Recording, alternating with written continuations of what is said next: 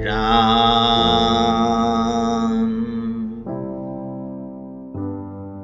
यह प्रवचन श्रद्धेय सेठ जी श्री जयदयाल जी गोयनका द्वारा 19 नवंबर 1942 4 बजे दिन में हुआ। पैड संख्या 156, प्रवचन संख्या 18। विषय आसुरी संपदा और दैवी संपदा के लक्षण। संसार में वही पुरुष बुद्धिमान है जो उत्तरोत्तर साधन में अपनी उन्नति करता है, और मूर्ख वही है जो साधन के पथ पर कुछ दूर पहुंचकर भी नीचे गिर रहा है। आसुरी संपदा के लक्षण नीचे गिराने वाले हैं और दैवी संपदा के लक्षण ऊपर उठाने वाले हैं। आसुरी संपदा क्या है?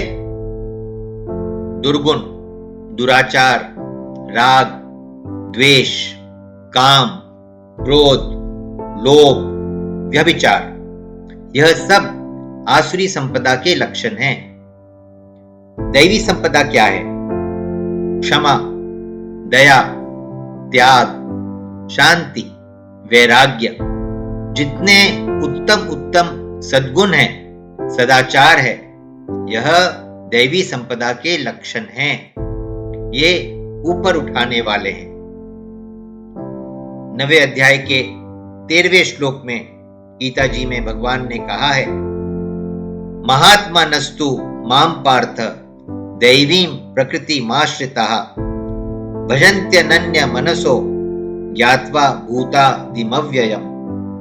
अर्थात, परंतु हे कुंती पुत्र, दैवी प्रकृति के आश्रित महात्मा जन मुझको सब भूतों का सनातन कारण और नाश रहित अक्षर स्वरूप जानकर अनन्य मन से युक्त होकर निरंतर भजते हैं।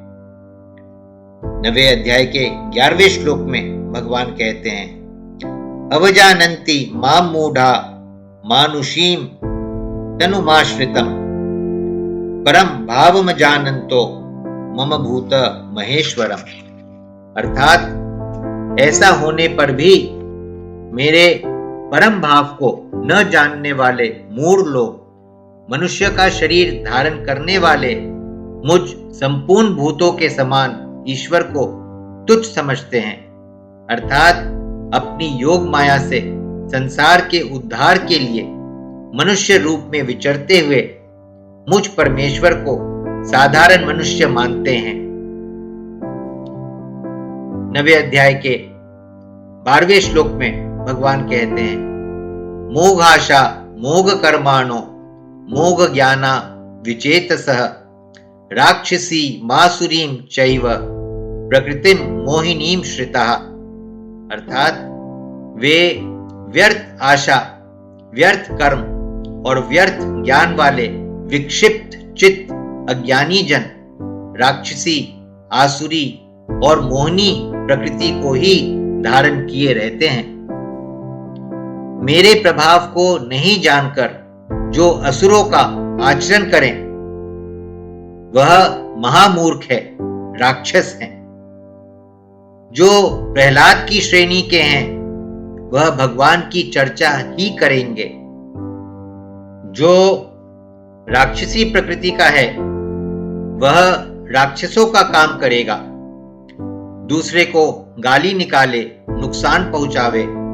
यह रास्ता नरक में ले जाने वाला है। उत्तरकांड में तुलसीदास जी कहते हैं, परहित सरिस धर्म नहीं भाई, पर पीड़ा सम नहीं अधमाई। अर्थ, भगवान श्री राम जी कहते हैं, हे भाई, दूसरों की भलाई के समान कोई धर्म नहीं है और दूसरों को दुख पहुंचाने के समान कोई नीचता पाप नहीं है। दूसरे की भलाई करने वाले के लिए परम पद सुलभ है, भगवान प्राप्त हो सकते हैं। युधिष्ठिर से यक्ष ने पूछा, ये कौन सा सबसे श्रेष्ठ मार्ग है? उन्होंने बताया, महापुरुष जिस मार्ग से जावे बतावे उस मार्ग से चलना उत्तम है। अपने इससे यह सार निकालना चाहिए कि दूसरे की भलाई करना ही सबसे उत्तम है। 12वें अध्याय के 4थे श्लोक में भगवान कहते हैं, सन्नियम येन्द्रियग्रामं सर्वत्र समबुद्धयः ते प्राप्नुवन्ति मामेव सर्वभूत हिते रतः। अर्थात परंतु जो पुरुष इंद्रियों के समुदाय को भली प्रकार से वश में करके मन बुद्धि से परे सर्वव्यापी अकथनीय स्वरूप और सदा एक रस रहने वाले नित्य अचल निराकार अविनाशी सच्चिदानंद घन ब्रह्म को निरंतर एक ही भाव से ध्यान करते हुए भजते हैं, वे संपूर्ण भूतों के हित में रत और सब में समान भाव वाले योगी मुझको ही प्राप्त होते हैं। तुलसीदास जी भी कहते हैं अरण्य कांड में, परहित बस जिनके मन माही तिन कहूं जगह दुर्लभ कछु नाही। अर्थ, जिनके मन में दूसरे का हित बसता है, समाया रहता है, उनके लिए जगत में कुछ भी कोई भी गति दुर्लभ नहीं है, क्योंकि उसमें त्याग है। जिस मनुष्य में जितना ही त्याग है, जीवों के प्रति दया है, उदारता है, वह उतना ही भगवान के नजदीक है। जहां उदारता और दया होती है, वही त्याग होता है। भगवान कहते हैं गीता के 7वें अध्याय के 18वें श्लोक में, उदारा सर्व एवैते ज्ञानी त्वात्मैव मे मतम् आस्थितः सहि युक्तात्मा मामेवानुत्तमां गतिम्। अर्थात यद्यपि वे सभी उदार हैं, परंतु ज्ञानी तो साक्षात मेरा स्वरूप ही है, ऐसा मेरा मत है। क्योंकि वह मदगत मन बुद्धि वाला ज्ञानी भक्त अति उत्तम गति स्वरूप मुझ में ही अच्छी प्रकार स्थित है। भगवान ने 7वें अध्याय के 16वें श्लोक में 4 प्रकार के भक्त होते हैं ऐसा बताया। चतुर्विधा भजन्ते माम जना सुकृति नोर्जुन आर्तो जिज्ञासु अर्थार्थी ज्ञानी च भरतर्षभ। अर्थात, और हे भरतवंशियों में श्रेष्ठ अर्जुन, उत्तम कर्म करने वाले अर्थार्थी, अर्थ, जिज्ञासु और ज्ञानी, ऐसे 4 प्रकार के भक्तजन मुझको भजते हैं। अर्थार्थी, स्त्री, पुत्र, धन आदि के लिए जो भजता है। आर्त, संकट के निवारण के लिए भगवान से प्रार्थना करें कि हे भगवान यह संकट अलो। जिज्ञासु, महान संकट पड़ने पर भी विचलित नहीं होता। आत्मा के कल्याण के लिए जो भजन करता है वह जिज्ञासु है। ज्ञानी, उससे भी ऊंचे दर्जे का निष्कामी भक्त है, जो दुनिया का कल्याण चाहता है, मुक्ति भी नहीं चाहता, जैसे प्रहलाद। आहा, भगवान नरसिंह रूप में थे, पर प्रहलाद डरा नहीं, पिता की तरह गोद में चला गया। भगवान उसे गोद में बैठा लिए और बोले, प्रहलाद, मेरे आने में विलंब हो गया, माफ करना, और जो चाहो सो वर मांग लो। प्रहलाद बोले, भगवान यह क्या आप मोल करने लगे, बनियाई करने लगे? हमने आपकी भक्ति की तो क्या उसका बदला लूं? यदि आप मांग मांग कहते हैं तो कृपा करके यही दीजिए कि कुछ मांगने की इच्छा ही नहीं हो। भगवान ने कहा, कुछ तो मांग। प्रहलाद ने कहा, अच्छा, पिता का उद्धार कर दीजिए। भगवान बोले, यह भी कहने की बात है क्या? तेरी तो 21 पीढ़ी के लोग डर गए। जिज्ञासु जैसे उद्धव जी, आर्त, गजेंद्र, द्रौपदी दुखी होकर पुकारे। अर्थार्थी ध्रुव दुखी होकर पिता की गोदी में स्थान न पाकर अपनी मां के पास गया और छोटी मां का ताना सुनाया कि तू पिता की गोद का अधिकारी होता तो मेरी कोख से पैदा होता। ध्रुव ने कहा, मां, उसका कोई उपाय है? मां बोली, बेटा, तू मुझ अभागिनी के पेट से पैदा हुआ है। अच्छा, एक उपाय कर। भगवान का भजन करने से तू सब कुछ कर सकता है। ध्रुव जंगल में चला गया। क्षत्रानी मां थी। 5 वर्ष के ध्रुव को जंगल में भेज दिया। उसने कठोर तपस्या की और भगवान प्रकट हुए। बोले, कुछ मांग। ध्रुव बोला, मैं आपकी स्तुति करना चाहता हूं, आप मुझे ज्ञान दीजिए। भगवान ने उसके कपोल से शंख छुआ दिया। उसको चारों वेदों का ज्ञान हो गया। भगवान की ऐसी महिमा है कि असंभव को संभव कर दिया। भगवान ठहरे ना। महात्मा भी ऐसा कर सकते हैं क्या? हाँ, कर सकते हैं। आरुणि की कथा बताई। धौम्य मुनि ने आशीर्वाद से आरुणि को बिना पढ़े ही वेद शास्त्र का ज्ञान हो गया।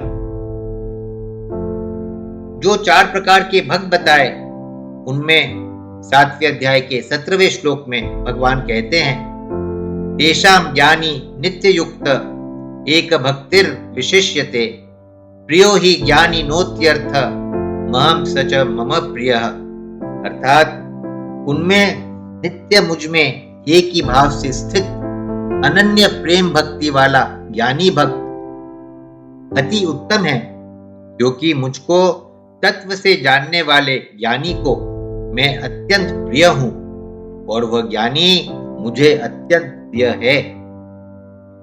उन 4 प्रकार के भक्तों में ज्ञानी भक्त भगवान को प्यारा है। वह अत्यंत प्यारा है जो निष्काम ज्ञानी भक्त है। यदि कामना करे तो यही कि हे प्रभु, सारे संसार का कल्याण हो जावे। इस कामना में कोई दोष नहीं, क्योंकि इस कामना में स्वार्थ का त्याग है। जहां स्वार्थ का त्याग है वहां कोई भय नहीं, खटका नहीं। खटके वाली वस्तु को जिसने दी नहीं त्याग, चाहे फिरो बाजार में, चाहे बीच उजाड़। प्रहलाद की भक्ति बड़ी उत्तम है। कोई इच्छा नहीं है, न दर्शन की इच्छा, न किसी और वस्तु की। उसने निष्काम भाव से भक्ति की। भगवान आए, बोले, कुछ मांगो। प्रहलाद बोला, क्या आपके दर्शन से भी कोई वस्तु बढ़कर है कि जिसे मांगू? कहने का प्रयोजन यह कि ऐसा भक्त बनना चाहिए, प्रहलाद सा भक्त बने। 2 बात बताई, ईश्वर की भक्ति की और पर उपकार अर्थात स्वार्थ त्याग की। स्वार्थ त्याग है, यह बहुत दामी वस्तु है। एक क्षत्रिय जाति का गृहस्थ था। वह खेत जोत रहा था। जोतते जोतते उस खेत में लाखों रुपयों की चीजें निकली, हीरा, पन्ना, सोना। जो गांव का ठाकुर था उसे बुलाकर लाया और कहा, यह आपका है, लीजिए। ठाकुर बोला, मैंने तो खेत तुझे दे दिया, अब यह तेरा है। वह बोला, नहीं, मैं तो ऊपर का सत्व अर्थात जो इस खेती में पैदावार हो वही लेने का अधिकारी हूं। यह धन आपका है, लीजिए। उनमें झगड़ा हुआ। राजा के यहां न्याय के लिए गए। राजा बोला, ऐसा झगड़ा मैंने पहले कभी नहीं देखा। वह गृहस्थ क्षत्रिय बोला, सरकार, यह हल चलाते हुए नीचे से मिला है, मैं तो सिर्फ खेती से जो पैदा हो वही लेने का अधिकारी हूं। ठाकुर बोला, नहीं, मैंने तो इसको खेत बेच दिया है, इसमें जो कुछ पैदा है उसका यही अधिकारी है। राजा बोले, तुम्हारे कोई संतान है? गृहस्थ बोला, एक लड़का है। ठाकुर बोला, एक लड़की है। राजा बोला, दोनों की शादी कर दो और यह धन उसी लड़के और लड़की को दे दो। दोनों राजी हो गए। एक देखी हुई बात है देहरादून की। दो भाई थे, उनके विरासत के 25 गांव थे, उनमें बंटवारा होना था। एक भाई 12 गांव लेना चाहता था, दूसरा भी 12 ही लेना चाहता था। उन दोनों में कोई भी 13 नहीं लेना चाहता था। पंचायत बैठी, कोई कुछ नहीं कर पाया। एक भाई कलकत्ते का आया, बोला, मैं फैसला करूंगा। उसने छोटे भाई से पूछा, आप क्या चाहते हो? वह बोला, एक गांव बड़े भाई को ज्यादा दो। बड़े भाई से पूछा, तू क्या चाहता है? बोला, मैं यह लूंगा, किंतु अब आप जैसा करें मुझे मंजूर है। उसने 13 गांव बड़े भाई को और 12 गांव छोटे भाई को दे दिया। अदालत में दस्तखत करा लिए। सबसे पूछ लिया कि राजी हो ना? बोले, हां। वचन दे चुके थे, लाचार होकर मान लिए। बड़े भाई ने छोटे से कहा, मैं तेरा बड़ा भाई हूं, मेरी बात मानेगा ना? उसने कहा, हां। बड़ा भाई बोला, तेरे लड़के के नाम मैं 2 गांव और दूंगा। छोटा बोला, अब चाहे 5 दे दो, मैं मानता हूं। ऐसा ही कर दिया। ऐसे पुरुष बहुत कम देखने को मिलते हैं। 7वें अध्याय के 3रे श्लोक में भगवान ने कहा है, मनुष्या नाम सहस्रेषु कश्चित् यदति सिद्धये यततामपि सिद्धा नाम कश्चिन् माम वेति तत्वतः। अर्थात, परंतु हजारों मनुष्यों में कोई एक मेरी प्राप्ति के लिए यत्न करता है, और उन यत्न करने वाले योगियों में भी कोई एक मेरे परायण होकर मुझको तत्व से अर्थात यथार्थ रूप से जानता है। करोड़ों में कोई कहीं मिल जाए भगवान की प्राप्ति के लिए साधन करने वाला। मनुष्य नाम सहस्रेषु के हिसाब से हजारों में एक कोई मिले तो चूरू में 10,000 आदमी यदि हो तो 10 आदमी तो होना ही चाहिए। ऐसे ही मिल जाए तो भी बहुत है, कल्याण होने में देर नहीं। नारायण नारायण नारायण श्रीमन्नारायण नारायण श्रीमन्नारायण नारायण श्रीमन्नारायण नारायण श्रीमन्नारायण नारायण श्रीमन्नारायण नारायण श्रीमन्नारायण नारायण श्रीमन्नारायण नारायण श्रीमन्नारायण नारायण नारायण नारायण